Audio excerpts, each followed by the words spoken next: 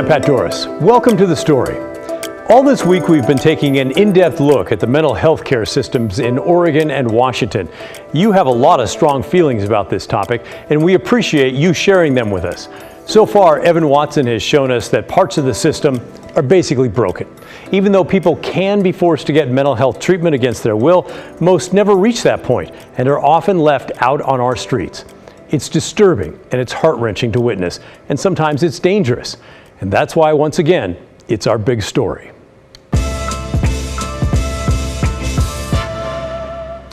Tonight's the fourth installment of our series called Uncommitted. A point of concern in the mental health system right now is just how high the bar is for someone to reach the point of civil commitment. It's a real back and forth battle between someone's individual rights and the opinions of doctors, experts, and judges. As it functions right now, though, it doesn't seem like the system is working. Evan Watson joins us live now in the studio for a talk about what can be done and where we go from here. Evan? Thanks, Pat. I talked with parents frustrated that their children are struggling, refusing treatment, but frequently released from hospitals. I also talked to people who explain why state standards for civil commitment need to be high to protect the civil rights of people with mental illness. But everyone tells me there are frustrating gaps in mental health care, especially for the most severe cases. The question I then asked to them becomes, what should we do now?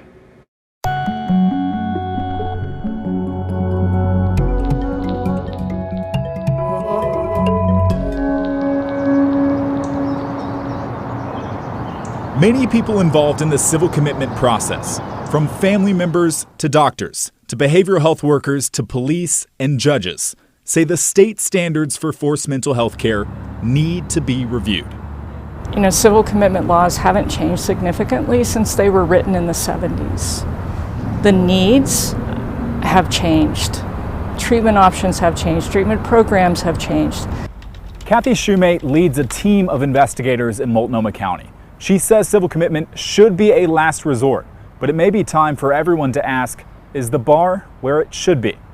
This is such an important law and such an important process that impacts people's lives so significantly that I think to let it sit idle in the statutes doesn't serve us well. It doesn't serve our community well, and I don't think it serves people who are living with mental illness well. Our KGW investigation found about 90% of people taken to a Multnomah County hospital on a forced mental health hold were released within 5 days, before a judge could rule on any civil commitment. Many of these people may have agreed to treatment, but thousands of people were released because they didn't meet state standards, even though police officers or behavioral health workers said their apparent mental illness symptoms were dangerous to themselves or others. Understanding that the bar is that high to protect the civil liberties of the individual, is it at the same time possible that the status of that bar being high could lead to an individual not receiving either recommended care or the care that they would need? It does. They may be discharged from a treatment setting without the length or level of treatment that's recommended, and they leave that place continuing to experience significant symptoms of their illness. Judges have written that high standards could be an issue, preventing some people from getting help before they end up in jail. Portland Police Lieutenant Chris Burley says officers feel frustrated, perpetuating a cycle of taking someone to a hospital for mental health treatment, only to later find them in crisis again. I do think as a community we need to come together and say, as a state, are we comfortable with where it's at right now? Burley says people with severe mental illness can be released because their illness stabilizes in the hospital, only to deteriorate again on their own. But I think it is telling, like, they got a bed, they got meals, they have a roof over their head. Treatment. Some treatment. For some folks, that's what they need. So why would we stop providing that? But Casey Lewis with Disability Rights Oregon says not so fast. He admits there are gaps in the civil commitment system, but says focusing on the law is misguided. So I think rather than looking at the standard for civil commitment, really the thing that would make the biggest difference for people with mental illness and for the community would be to say, how do we keep people from ever getting to that point? Lewis says the bar is high to protect individual rights, and so few people are civilly committed because mental health workers rightfully encourage any other option first, like voluntary treatment. Instead, Lewis says we need to do a better job of caring for people when they're released from a mental health hold. We need to be having more resources available in the community, more placements for people who maybe need wraparound services, who need more supportive housing, who need medication management, things like that. What can we do if the individual's buy-in isn't there, if it's not voluntarily something that they will accept or seek out? 9 times out of 10, if you are able to sort of spend more time with a person with mental illness, really understand what they need, there are ways to connect them with those resources, even if they are initially reluctant. You can build that trust, and you can build the relationship that it really takes to do that. For Brenda Gardner, fixing this cycle for people with severe mental illness is personal. She and her husband spent years trying to find help for their son Eric, who experienced violent thoughts and delusions.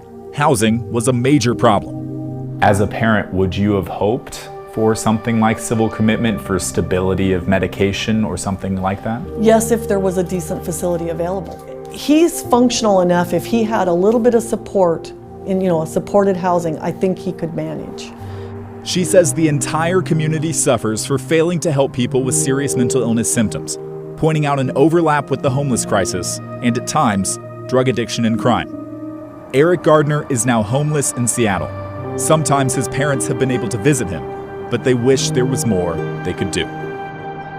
The problem is that the laws were changed so that their civil rights are what is all important, and their safety is not.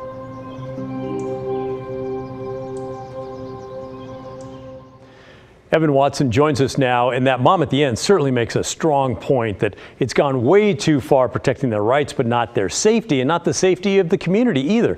So Evan, what needs to happen next, and how likely is it that change will really happen? Yeah, Pat, well, I will say, to add to that first, is that I talked to many people throughout this process who shared their stories with me, their histories through the civil commitment, the mental health hold process, that just didn't want to go on camera, more than you've seen in this series this week.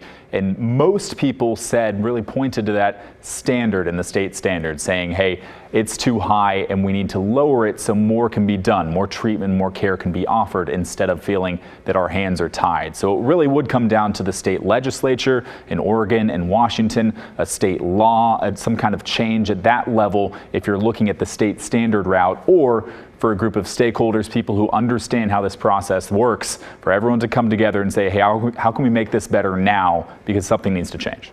All right, thanks, Evan. And I know we have a very interesting governor's race going on. I think we're going to add this to the list of questions we ask each of those candidates. Thank you, Evan. It's a great idea. Thanks, Pat.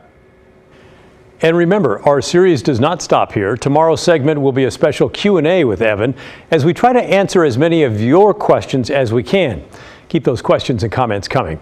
We truly do read them, and it helps guide our coverage. We're shining a light on mental health because it's no secret, at least amongst those in the system, that the treatment system is not working the way it is now. It's good for the public to hear this, we're being told, because maybe a lot of us don't realize if we're outside the system. But there is a huge problem.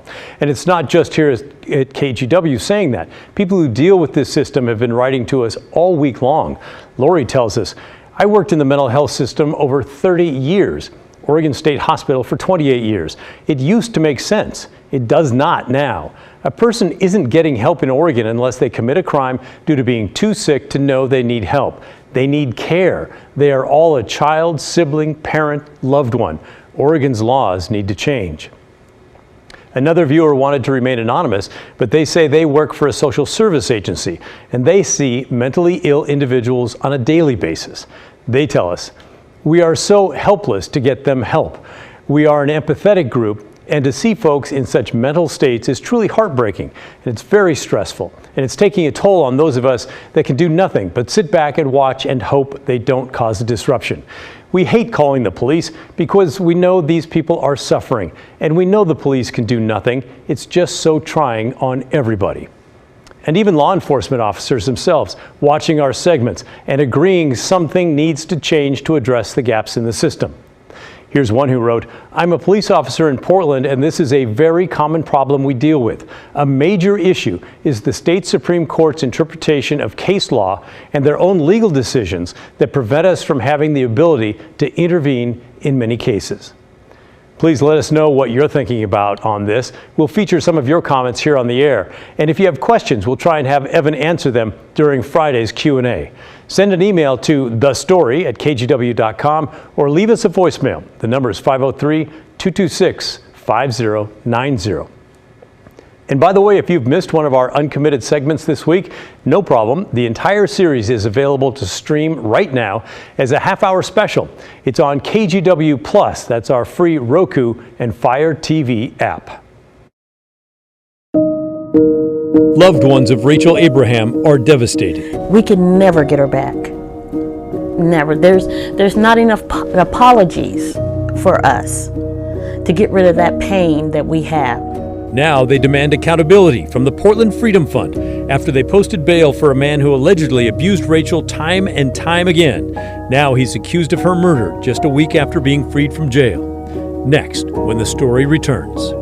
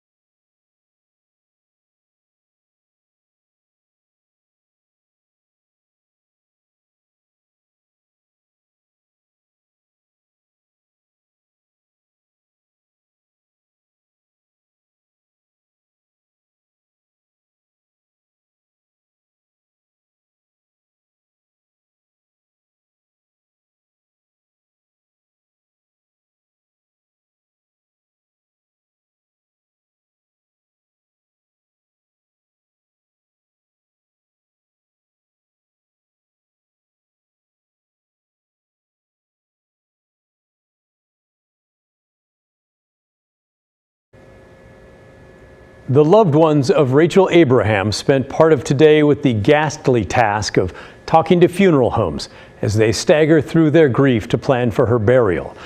Rachel is the Portland woman murdered last Saturday, allegedly by her ex-domestic partner.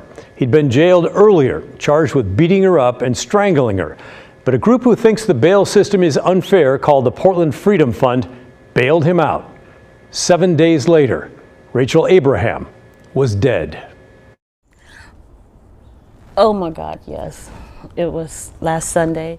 On a quiet porch in Northeast Portland, loved ones of Rachel Abraham remembered the 36-year-old the Carter family called Mouse. Rachel was, she was quiet if she didn't know you, but once she knew you, she would talk a lot. And she was she was shy, but she wanted to become outgoing. Dee Dee Williams-Mott was like an auntie to Rachel. She said Rachel had a rough childhood that began in Louisiana. Eventually, she and her 3 siblings were placed in foster care in Eugene. She met a member of the Carter family at Lane Community College Yes. and was welcomed in. But it was a joy to have her around. We all have her around. You know, she would come. She was just like one of the grandkids. She came through the door, you know, and the baby came in, and we all was hugging and kissing on her. And she and Mario would just come, have a seat, have dinner with us, like there was no different. The extended family suffered tragedy together back in 2006 when Rachel's sister was murdered in Lincoln County. The Scanner newspaper ran a story on it and featured Rachel, then 21 years old, mourning her younger sister. 3 years later, she married Mario Abraham. Very kind-hearted, lovely person, lighthearted. Loved to joke around during conversations, and very easygoing person. They had 3 children together, but the marriage did not last. Still, Mario said eventually they worked out a friendly co-parent agreement, and he was not concerned when Mohammed Adan first came into her life. Not at first. You know, it seemed to be a normal relationship between the two.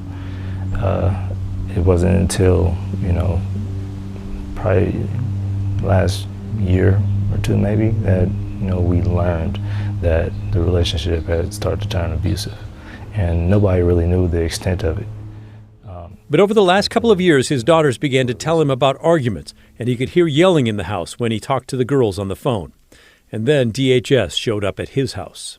Yeah, they informed me on the extent of the abuse and how frequently it would happen, and, you know, when police were called over. That's how DHS came to me, because I'm the father of 3 of her children, so they, you know, informed me what was going on in the household, and I made a decision to stop letting them go over there. And did you worry about her safety? Absolutely. Many people around her, you know, once we started finding out, you know, little things after the other, we started advising her to, you know, do something, you know, separate yourself from, you know, try not letting them in the house. And after a while she did. She got a restraining order, and, you know, eventually got him out the house, but, you know, that didn't stop him from contacting her. Court documents show police went to Rachel's home May 2nd of this year. She told them Adan had punched her in the head 2 times while she was laying on the couch. He was apparently angry that a female friend had texted Rachel. Then, on June 23rd, police were back. Despite the restraining order, Adan was at the home and had mistakenly been let in by a young daughter. Court documents show that Rachel told police Adan broke her phone and blocked her path, preventing her from leaving the home. That he placed her in a chokehold by pressing down on her windpipe, according to the documents. She told police she had been foaming at the mouth and believed she was going to pass out. She said he did that a total of 5 times during the night. Adan was arrested, then let out of jail before being arrested again on July 26th, when he removed his GPS monitor and went back into Rachel's home. All the abuse allegations, all the danger signs were there for anyone who chose to look. On August 19th, at a bail hearing for Adan, the judge set bail at $20,000. The next day, the Portland Freedom Fund bailed Adan out, and 7 days later he was back under arrest, charged with killing Rachel. Mario, her ex-husband, is stunned. When I found out the news that they had bailed him out, it was pretty unbelievable. You know, given the rap sheet that he had, you know, with violent acts towards her, you know, is just, I don't know how any more negligent you can be regarding someone's safety. Do you blame them for her death? I don't think anybody who views the story cannot blame them for her death. Dee Dee Mott Williams, the auntie, is furious. But they hurt our family tremendously. And by they, you mean the Portland Freedom Fund? Yes, the Portland Freedom Fund hurt us tremendously. We could never get her back. Never. There's not enough apologies for us to get rid of that pain that we have. She told me she supports the idea of helping black and brown people make bail for nonviolent crimes, but wants Portland Freedom Fund held accountable for the death of Rachel Abraham. Oh, I definitely believe they caused it. If they had not bailed him out of jail, she would be alive today. The district attorney's office is also furious the Portland Freedom Fund bailed out Adon and is asking the court to force the group to pay the entire bail amount. The DA's office had originally asked for $50,000 bail. The judge lowered it to $20,000, they tell me. Bailing someone out takes about 10% of the total amount, so Portland Freedom Fund paid $2,000. Now the DA's office wants them forced to pay the entire $20,000. And speaking of money, Rachel's family has started a GoFundMe to help pay for her burial expenses. We have a link at kgw.com if you'd like to help. Still ahead, a KGW investigation digging into the Portland Freedom Fund found that Rachel's case was not the first time a defendant they bailed out went on to commit crimes. Plus, we're hearing from a retired Multnomah County judge who says the problem is not the nonprofit, but part of the criminal justice system itself. Stay with us.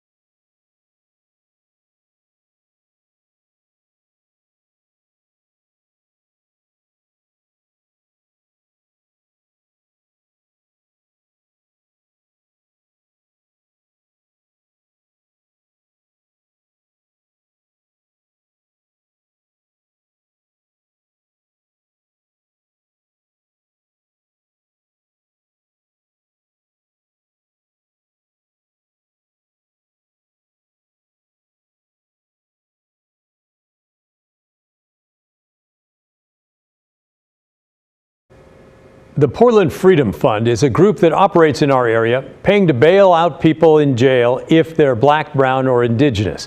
They're the ones who bailed out the man now accused of killing Rachel Abraham. We wanted to know who else they've helped and how that's worked out. Investigative reporter Kyla Boshi dug into the records. On its Facebook page, the Portland Freedom Fund has photos of cash, checks, and receipts used to bail out inmates with the promise they'll return to court. But a KGW investigation found often that doesn't happen, and in some cases those defendants charged with serious offenses commit new crimes after being released. The most vivid example involved a Portland man accused of killing Rachel Abraham roughly 1 week after the Portland Freedom Fund bailed him out of jail. KGW reviewed 67 cases where Portland Freedom Fund president Amanda Trujillo bailed out defendants from Multnomah County Jail dating back to January of 2020. The records show Trujillo posted a total of $619,000 for those 67 defendants to walk, many of them facing serious charges including attempted murder, assault, and strangulation. The largest amount, $212,000, went toward the release of Malik Muhammad, a man later sentenced to 10 years in prison for throwing Molotov cocktails at police and smashing windows during Portland's racial justice protests. KGW's analysis showed that many of those freed by the Portland Freedom Fund violated their release agreement or never returned to court. 39 of the 67 cases resulted in a bench warrant for their rearrest. That's a 58% no-show rate, far higher than the statewide average of 7% failure to appear for people who posted security on felony charges. Former prosecutor Josh Markey argues defendants may be less compelled to show up when a third-party group is posting bail, instead of friends, family, or using their own money. With the system we've had, there's been at least the social pressure on saying, look, grandma put up, $10,000, $20,000. You've got to show up. She could lose that.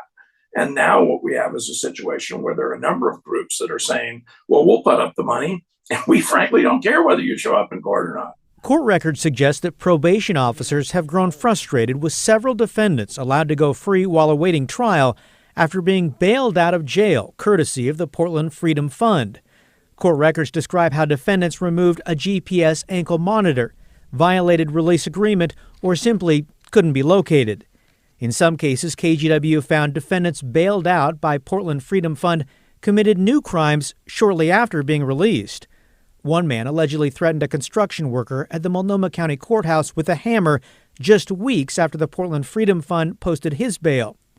In another example, a defendant charged with threatening people at 2 different Portland restaurants with a stick and smashing a window was bailed out by the Portland Freedom Fund on 4 different occasions. While out on the street awaiting trial, court records suggest he chased a couple. They were strangers with a knife yelling, "I'm going to get you. I'm going to kill you," followed by a racial slur. There's now a warrant for his arrest. On its Facebook page, the nonprofit explains that the Portland Freedom Fund seeks to limit the number of persons held pretrial solely for inability to pay the bail as determined by the court. Fulfilling requests for bail assistance are made on an individual basis with a focus on reducing harm. Retired Multnomah County Circuit Court Judge Edward Jones argues it's unfair to criticize the Portland Freedom Fund for which defendants are released or the outcome of their cases. So how accurate do they have to be 100% accurate? They have to be 100% accurate in guessing which guys are going to be dangerous when a judge can't do it? The retired judge says the bail system itself should be the focus. It needs reform. The whole bail process is not a satisfactory way of thinking about release. Because how much money you have or how much money your friends have doesn't tell me anything about how dangerous you are. The Portland Freedom Fund is not the only third-party group bailing people out of jail. But after the tragic death of a Portland woman, this nonprofit has drawn greater scrutiny of its operation and who it's paying to set free. It is worth noting some of the people bailed out by the Portland Freedom Fund did appear in court as required, and at least 2 defendants that we know of had their charges dismissed. Super interesting, Kyle. And that number you mentioned in the beginning, $619,000, is it really that much, or is there some money from the beginning that sort of rolls over to the next people as those folks get their case heard? No, it really is that number. They're literally writing checks or providing cash to bail people out each and every time. If somebody doesn't show up in court as required and there's a bench warrant, they forfeit that money, so they lose it in the end. So there's a lot of money involved here. I got to tell you, as an investigative reporter, that's where the curiosity comes in. As we're told, follow the money, and we certainly hope to do that. And I asked you in the hallway, but where is this money coming from? Yeah, good question. Largely from donors, at least that's what we're led to believe. They have a real online presence, taking in donations, that type of thing. But they haven't filed the necessary paperwork as a nonprofit with the state of Oregon. According to the Attorney General's office, they've asked for that paperwork and are waiting for it. All right, and let's get into the process. How did you find these cases and how did you go about this? Yeah, to be clear, we looked at 67 of those cases. There are likely more. The Portland Freedom Fund, they suggest that they bailed out a lot of people. In this case, the reporting, it really required a lot of time in front of the computer, to be honest with you. The courts were able to provide me with a list of cases where the Portland Freedom Fund president bailed people out. Basically, I went through every one of those cases, looked at how much money was paid, when, and then what happened after that. It's kind of like reading a play-by-play of a court case. Often the docket would show a bench warrant calling for the person to be rearrested because they failed to show up in court or maybe violated part of their release agreement. In several instances, I kept searching after that to see if they'd been arrested for any other crimes during the time of their release. You know, as I mentioned, we still have a lot of questions about this nonprofit. I reached out to the organization today. We didn't hear back, but we're going to keep digging. Yeah, good for you. That's what we love about you, Kyle. Thank you very much.